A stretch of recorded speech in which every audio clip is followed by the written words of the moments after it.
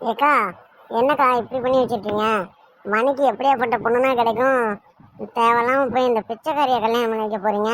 மணி உண்டா அந்த பிள்ளை கூட பார்க்கில் இன்னைக்கு சுற்றிட்டு இருந்தான், பீச்சில் சுற்றிட்டு இருந்தான். நான் பார்த்துட்டு தான் வந்தேன். அதான் உங்ககிட்ட கேட்கலான்னு வேக வேகமாக வந்தேன். நம்ம தகுதி தராதரம் என்ன?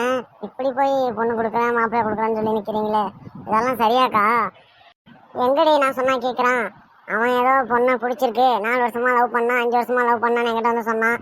சரி நானும் சரி என்ன பண்ணுறது, கழுத கட்டின குட்டிச்சவரு அப்படின்னு சொல்லி அப்படியே சரின்னு சொல்லிட்டேன். ஜாதி அது இதுன்னா நம்ம பார்க்கணும் தான், இருந்தாலும் என்ன பண்ணுறது அப்படின்னு தான். ஆனால் நம்ம ஜாதி சொன்னால் என்ன சொல்ல போதும் அப்படின்னு மனசுக்குள்ளே பக்கு பக்கம் நினச்சிக்கிட்டே இருந்தது. நீ கேட்டுட்ட இப்போ இதுக்கு என்ன தான் பண்ணலாம், ஒரு ஐடியா சொல்லு. நான் ஐடியா சொல்கிறேங்க, முதல்ல என்ன பாருங்க. சொல்லுடி. முதல்ல அந்த பிள்ளைய பேசுகிற மாதிரி பேசி தனியாக அந்த பிள்ளைகிட்ட நான் பேசணும் அப்படின்னு சொல்லி மணிக்கிட்ட சொல்லி அந்த பிள்ளைய தனியாக கூப்பிடுங்க. கூப்பிட்டதுக்கப்புறம் அந்த பிள்ளைய பிடிச்சி நல்லா மிரட்டி விட்டுருங்க. எங்கள் ஜாதி என்ன, எங்கள் குலம் என்ன, நீ என்னடி இப்படி வந்து பேசுகிற? நீ உன்னோட தகுதிக்குன்னா என் முகம் காலில் கிடக்கணும். நீ என்ன என் முகம் படுக்க அறைக்க வரலான்னு நினைக்கிறியா அப்படின்னு சொல்லி நல்லா பேசி விடுங்க. முடிஞ்சால் இன்னும் கொஞ்சம் எக்ஸ்ட்ரா ஃபிட்டிங் நல்லா வார்த்தையை நல்லா விடுங்க. அவங்க அப்பா அம்மானா என்ன சும்மா தானே, நீங்கள் பேசுங்க, அதெல்லாம் பிரச்சனை இல்லை. நம்ம தகுதி தராதுக்குன்னா நல்லா பார்த்து தான் கல்யாணம் பண்ணணும். சும்மா ஏனோ தானே கல்யாணம் பண்ணா அப்புறம் நாளைக்கு என்ன பண்ணுறது சொல்லுங்கள்?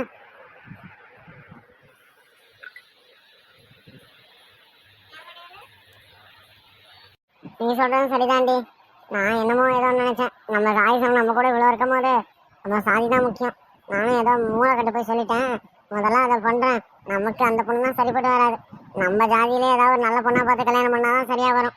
அடக்க உடக்கமாகவும் இருப்பாளுவு, நம்மளை அனுசரிச்சும் போவாளுவு. நாளைக்கு நமக்கு ஏதாவது ஒன்றுனாலும் நம்ம சாயிசம் தான் வந்து நிற்கும், அவளை வந்து நிற்பா. அதாங்க நீங்கள் சொல்கிறது தான் சரி. இப்போ போங்க, போயிட்டு அதை முதல்ல பண்ணுங்க. ஏன்னா நமக்கு நம்ம ஜாதி மதம் எல்லாம் தான் முக்கியம். சும்மா பாட்டுங்க கல்யாணம் பண்ணா லவ் பண்ண இப்போ இருக்க பிள்ளைங்கலாம் கேட்குதா? அதுங்க பாட்டுக்கு பள்ளிக்கூடம் போகுது, என்ன உடனே தெரிய மாட்டேங்குது. 6 வயசு 5 வயசுங்கும் போதே காதல், கல்யாணம், கத்திரிக்காங்குது. 18 வயசில் டிவோர்ஸ். கல்யாணம் பண்ண உடனே விவாகரத்து பண்ணி விட்டுருங்க.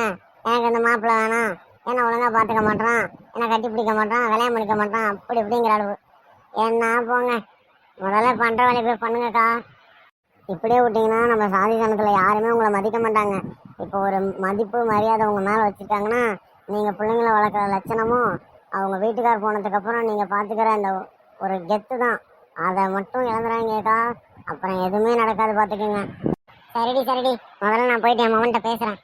இந்த பாருப்பா, நம்ம ஜாதி ஜனத்திலே ஒரு பொண்ணை நல்ல பொண்ணாக பார்த்துருக்கேன், அந்த பொண்ணை கல்யாணம் பண்ணிக்கலாம். இந்த பொண்ணு நமக்கு வேணாம், இந்த பொண்ணு நமக்கு சரிப்பட்டு வராது அப்படின்னு சொல்லிடுறேன்.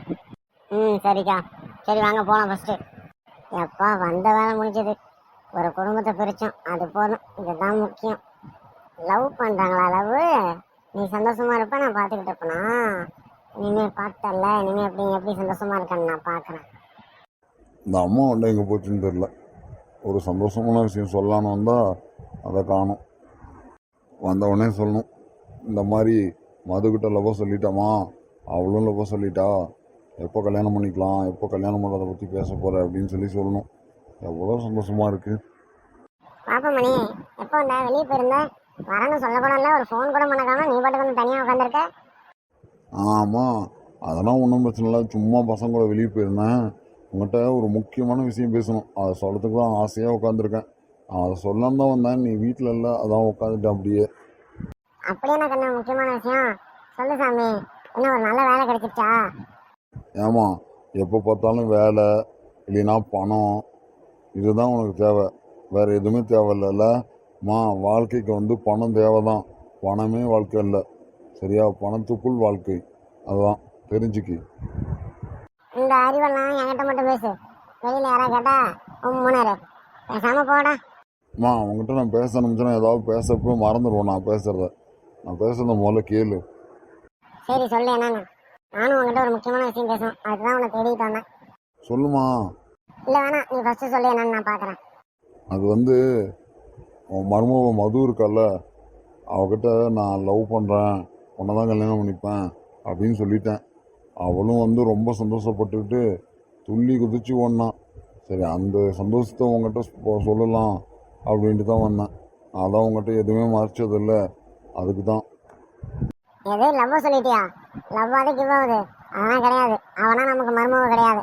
அவன் என்றைக்குமே சரி நமக்கு வந்து கீழே தான் சரியா, காலில் கிடக்கிற குப்பை தான் அவ. அவளையாவது நீ மருமகன்னு சொல்லி இந்த வீட்டுக்கு கூட்டிட்டு வந்த, அப்புறம் நடக்கிறதே வேற. அன்னைக்கு ஏதோ பைத்தியம் பிடிச்ச மாதிரி வளரிட்டேன், இன்னைக்குதான் நான் தெளிவா இருக்கேன் சரியா. நான் சொல்றதுதான் இனிமே, அந்த பொண்ணு நம்ம வீட்டுக்கு சரிப்பட்டு வர மாட்டா சரியா. நான் நம்ம ஜாதியிலே ஒரு நல்ல பொண்ணா பார்த்துருக்கேன், அந்த பொண்ணை தான் நீ கல்யாணம் பண்ணிக்கணும் சரியா. வர முகூர்த்தத்திலே நிச்சயம் பண்ணிடலாம். ஏம்மா இப்படி பண்ணுற நீனு? அன்னைக்கு ஒரு மாதிரி பேசினேன், இன்னைக்கு ஒரு மாதிரி பேசினேன். நான் அன்னைக்கு ஃபர்ஸ்ட் நாளே அவள் எனக்கு வேணான்னு சொல்லிட்டு தான் நான் வந்தேன். நீ தான் பேச சொன்னேன். பணத்தோட பணம் சேரட்டும், நீ பேசு அப்படி இப்படின்னு நீ தான் மனசை மாற்றின. இப்போ நீ என்னடானா இப்படி சொல்கிற? அம்மா நான் ஒன்று சொல்லட்டுமா? ஜாதிங்கிறது ஒன்று இந்த உலகத்தில் கிடையவே கிடையாது.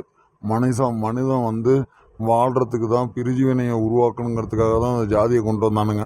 வாழ்கிறதுக்கு தான் அந்த ஜாதியை தவிர வாழ்க்கையே இந்த ஜாதி கிடையாதுமா. இன்னைக்கு திடீர்னு நீ செத்து போயிட்ட அப்படின்னா நீ போய் புதக்குழியில் படுத்தினா உன் ஜாதி வந்து உன் கூட வந்து படுத்துக்குமா? இல்லை வீதியில் சொல்கிறாங்க, அவங்க சொல்கிறாங்க, இவங்க சொல்கிறாங்கன்னு சொன்னீங்க, அவங்க எல்லாம் வந்து உன் கூட படுத்துப்பாங்களா? கிடையவே கிடையாதுமா. ஜாதிங்கிறது சும்மா சரியா. அது வந்து ஒரு விஷப்பூச்சி. அது நம்ம மனசுக்குள்ளே வந்துருச்சு அப்படின்னா அது மிகப்பெரிய ஒரு நோயை உருவாக்கிட்டு போகும். அதுதான் வந்து ஜாதி வெறி.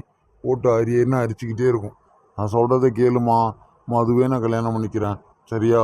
ஜாதி மதத்தெல்லாம் முதல்ல ஒழிச்சிருவோம், அதெல்லாம் நமக்கு தேவையே கிடையாது. ம். அதெல்லாம் முடியாது, நான் சொன்னதுதான். இந்த ஊர்ல நம்ம தலை நிமிர்ந்து நடக்கணும் அப்படின்னா நம்ம ஜாதியில் தான் நீ பொண்ணு எடுத்துக்கணும், பொண்ணை கல்யாணம் பண்ணிக்கணும். நான் பொண்ணு இன்னைக்கே போய் பார்த்துட்டு பொண்ணு எப்படி என்னன்னு விசாரிச்சுட்டு வந்துடுறேன். நம்ம ஜாதியில விசாரிக்கவே தேவையில்ல, எல்லாரும் அப்படியே பர்ஃபெக்டா இருப்பாங்க. அப்படியே 24 கேரட் கோல்டு மாதிரி இருப்பாங்க. அப்படியே அள்ளிக்கிட்டு வந்துடலாம். நான் போய் முதல்ல மாப்பிள்ளை பொண்ணு வீட்டில் போய் என்ன ஆகணும்னு பார்த்துட்டு வரேன். நீ ஒரு போயிட்டு நல்ல கடையாக பார்த்து ட்ரிம் பண்ணிக்கிட்டு ஹேர் ஸ்டைல் கட் பண்ணிக்கிட்டு வா. அப்பதான் வந்து மாப்பிள்ளை பார்க்க வரத்துக்கு சரியா இருக்கும். ஏம்மா நீ என்ன வேணாலும் பண்ணிக்கிட்டு இரு. ஆனால் நான் கல்யாணம் பண்ணுறது மதுவாக தான் இருக்கும் சரியா.